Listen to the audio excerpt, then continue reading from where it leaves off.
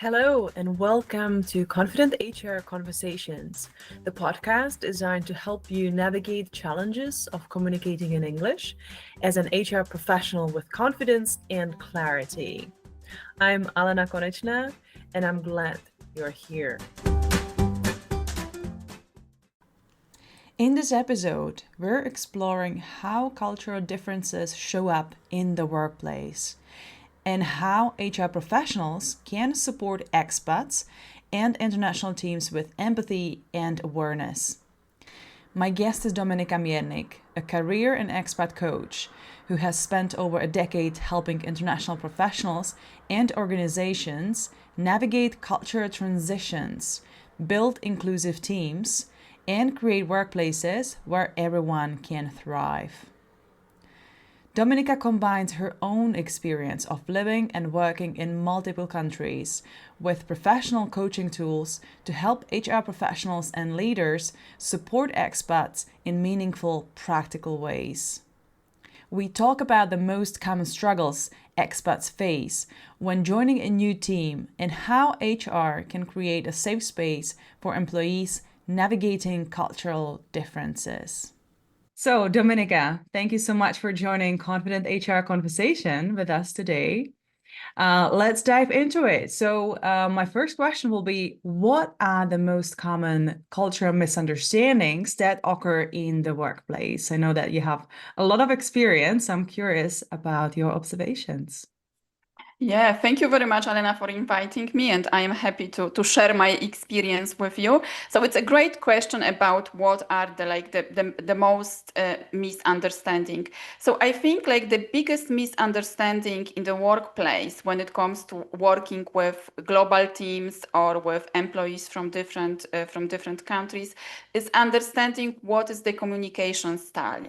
Because, for example, if we take some cultures prefer, for example, a direct style of communication, or some cultures prefer a flat style of communication. So, for example, a flat being more playing as a team, being more in collaboration with a team, sharing your opinion freely.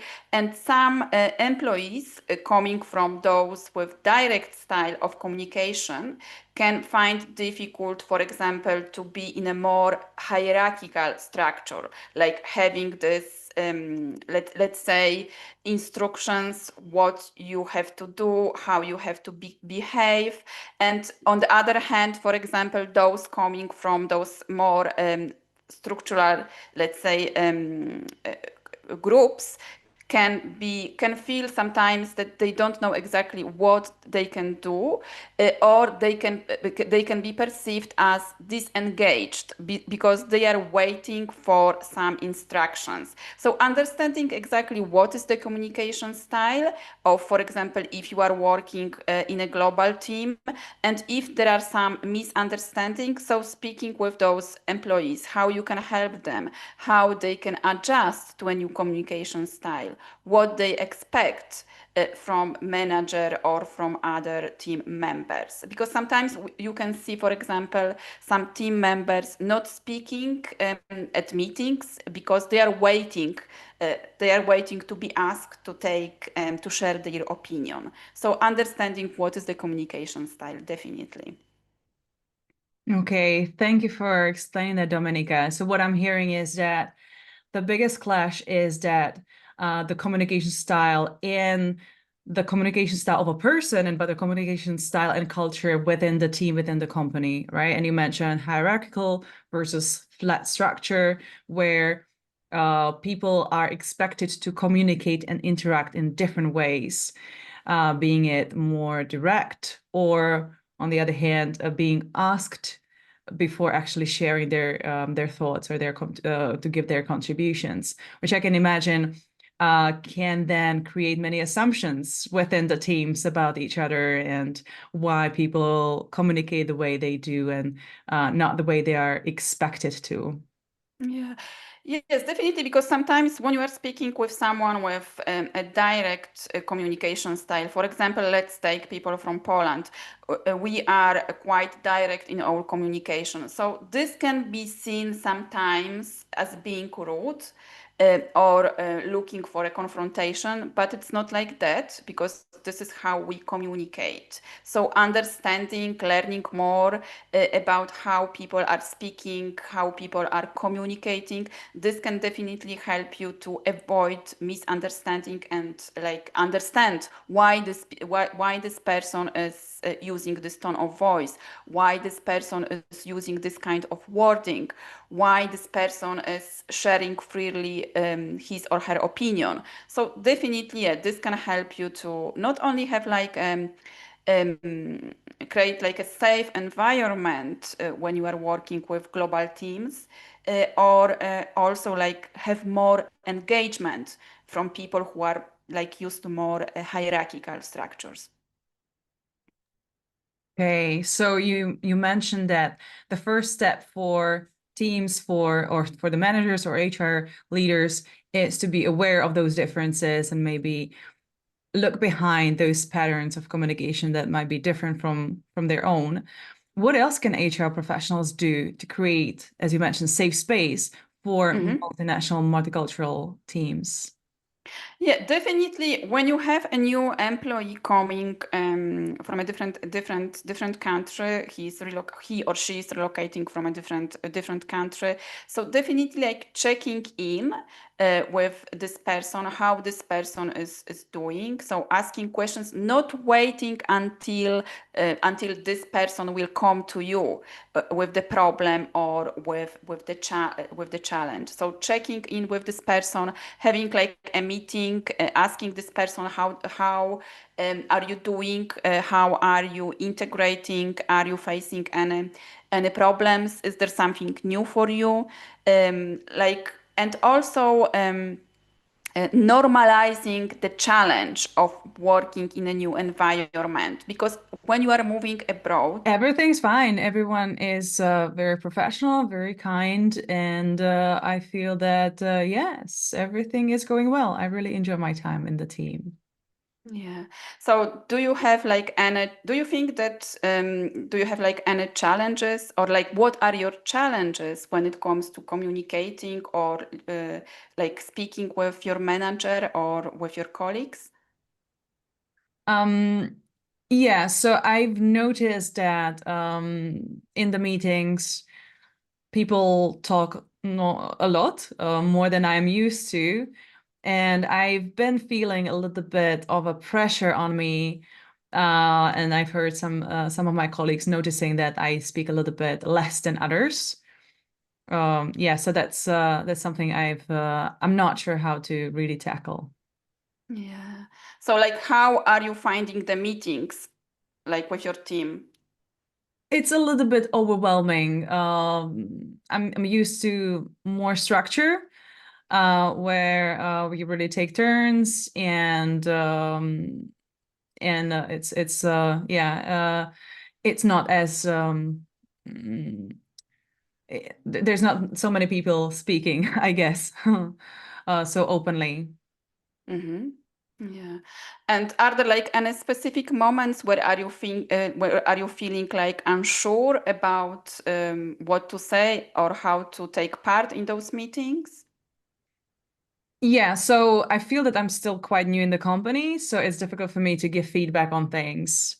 And I don't really feel it's my place to just share my opinion because I'm still very new. Yeah. And what about your integration like in this new city and country? How are you doing with that? Well, it's a little bit overwhelming. So many people are sorry, I'm a little bit lost. Mm-hmm. Can we go do the question again? Yes, of course. So, how are you finding the new country because you have moved from Japan? So, I know that at the beginning everything can be different. So, how are you feeling? How the integration is going? Yeah, definitely there are many differences. I'm noticing that there's much more noise. People are kind of more closer to each other. I don't really feel as comfortable as I would in my own town. Um, but um, but yeah, I'm trying to adjust. Yeah, yeah, it's completely normal to feel like that. I understand your situation, so don't worry about that. You are like finding everything new, and there are like many overwhelming steps that you are taking. So it takes time to adjust, like to adjust to the new way of living, and also to switching your communication style within the team. So do you think like what can help you to feel more integrated and more supported?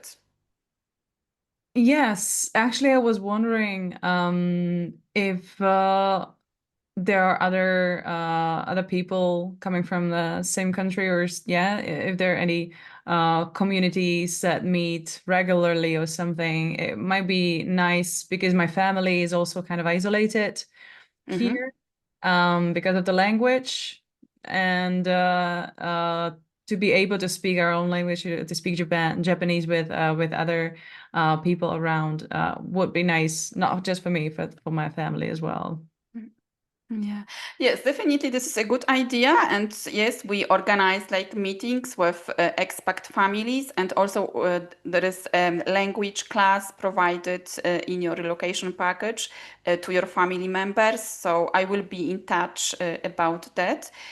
So we can schedule, we can schedule those meetings, and also maybe like have a mentor for you, someone who went through those same challenges, and this person can help you to like understand more and how you can adjust a little bit. And you will also have an intercultural training. So we will be in touch about that. And would you like me to speak with your manager about like the ways that your manager can make the team meetings more inclusive for you, and make you feel like more included in the communications during the meeting? Mm-hmm. Yeah, maybe that would be nice to if you can do that for me, that would be great. Okay.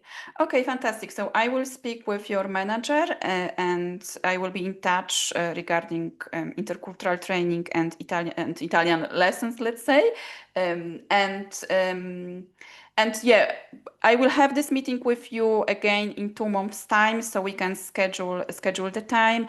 And also anything, if you have any challenges, please feel free to get in touch with me. Okay, thank you very much, Dominika. Thank you, Elena. Okay, so that's the end of the demonstration. So what I was hearing were many open-ended questions, where you kind of went around my situation and asked about not just one-off, but you asked multiple questions to really dig a little bit deeper into my challenges. I have to say, I did not Mhm. realize how could challenges look like for a person coming from Japan to Europe. But yeah, I think that was really interesting. What did you think about this demonstration? Yeah, yeah. The important, yeah, as we said before, is to ask those open-ended questions so the person can speak freely. So you are not like assuming how the person is feeling, what are the challenges, and not only asking about the like the work-wise situation, but also how this person is integrating in the community. So as we said, yeah, this person is finding difficulties with the family about language classes, or having like a community, like a team, not only team within the company, but also like community outside of the work.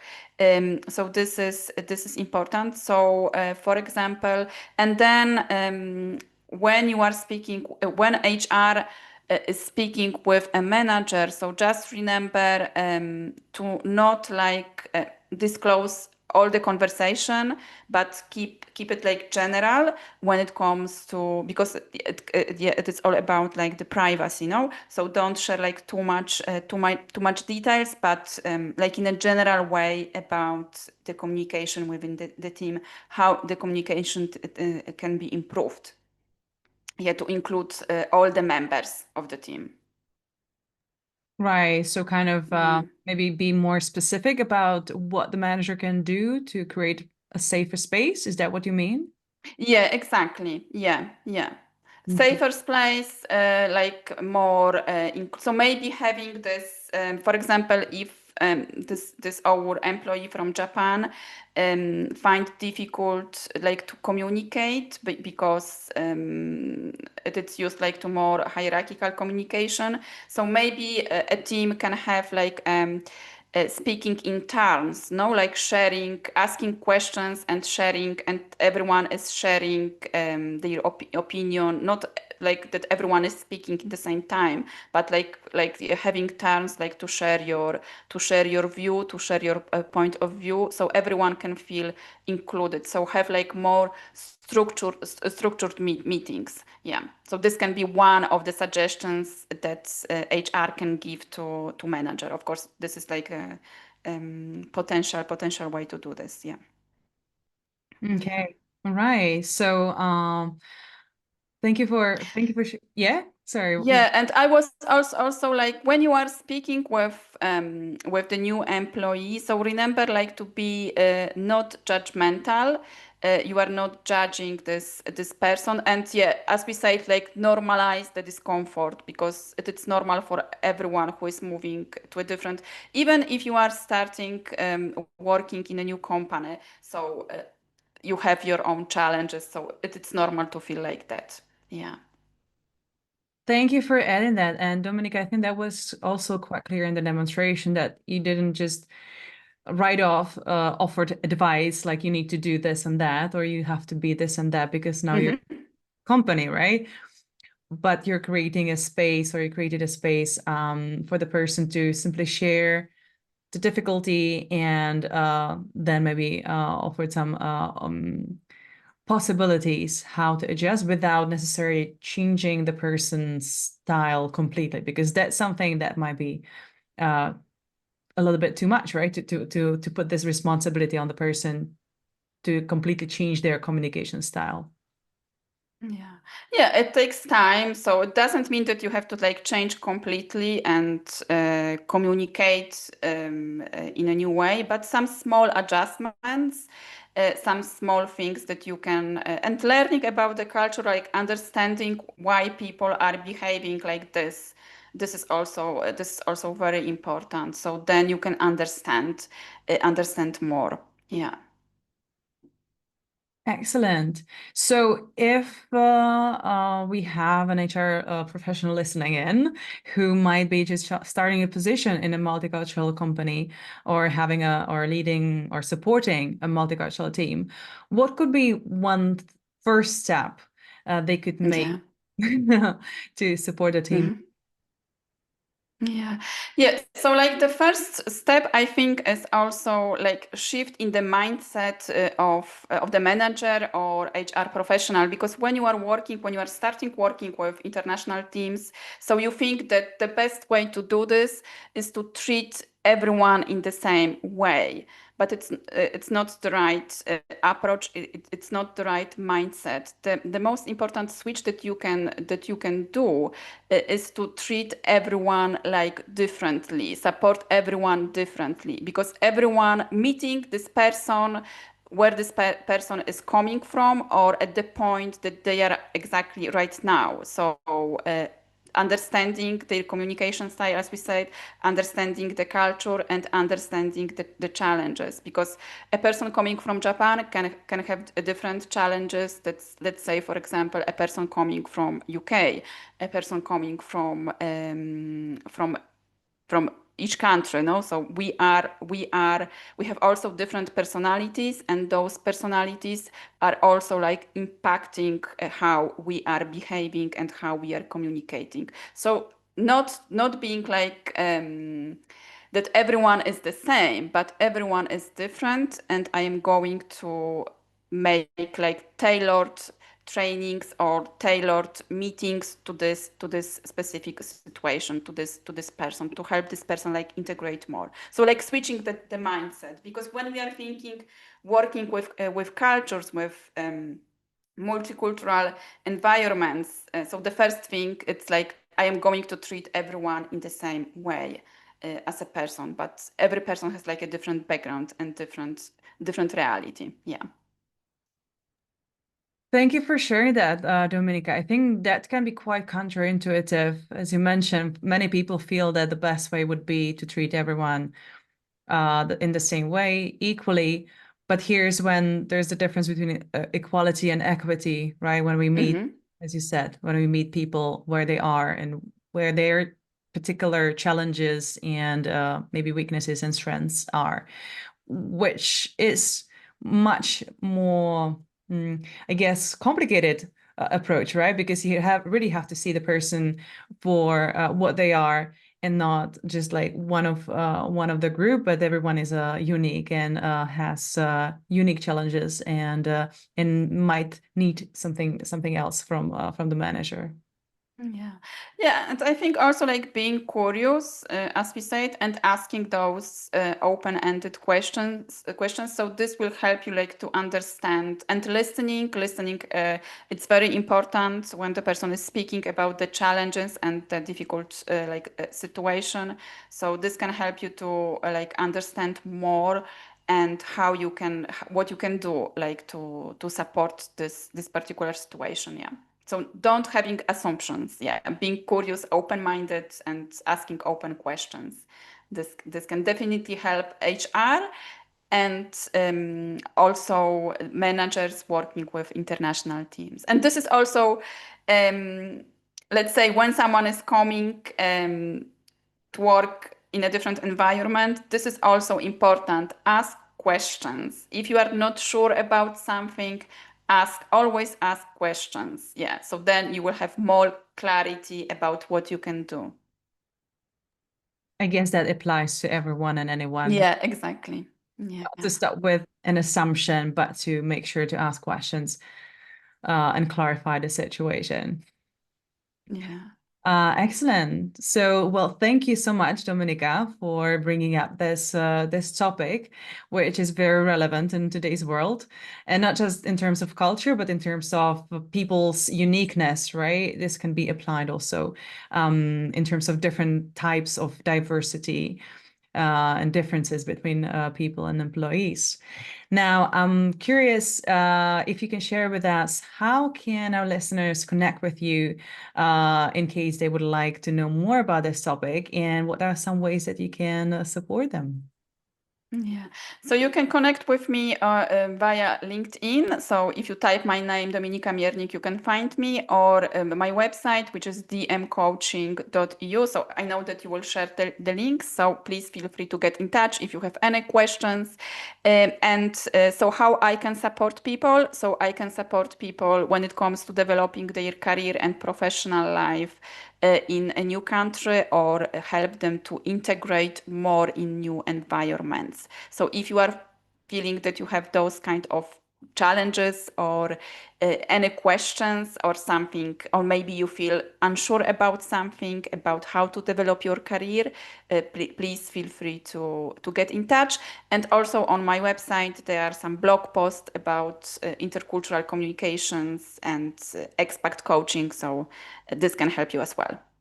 Yeah. Thank you so much, Dominika. And thank you again for joining us today, and have a great day. Thank you. Thank you very much. It was great to be here, and I hope that it was helpful. Thank you for listening to Confident HR Conversations. I hope you enjoyed it. Don't hesitate to reach out to me with any questions, feedback, or suggestions. If you are an HR professional who wants a safe space to practice speaking in English, join our Confident HR Speaker community. We meet twice a month to discuss real HR topics, expand our vocabulary, and gain the confidence to express ourselves.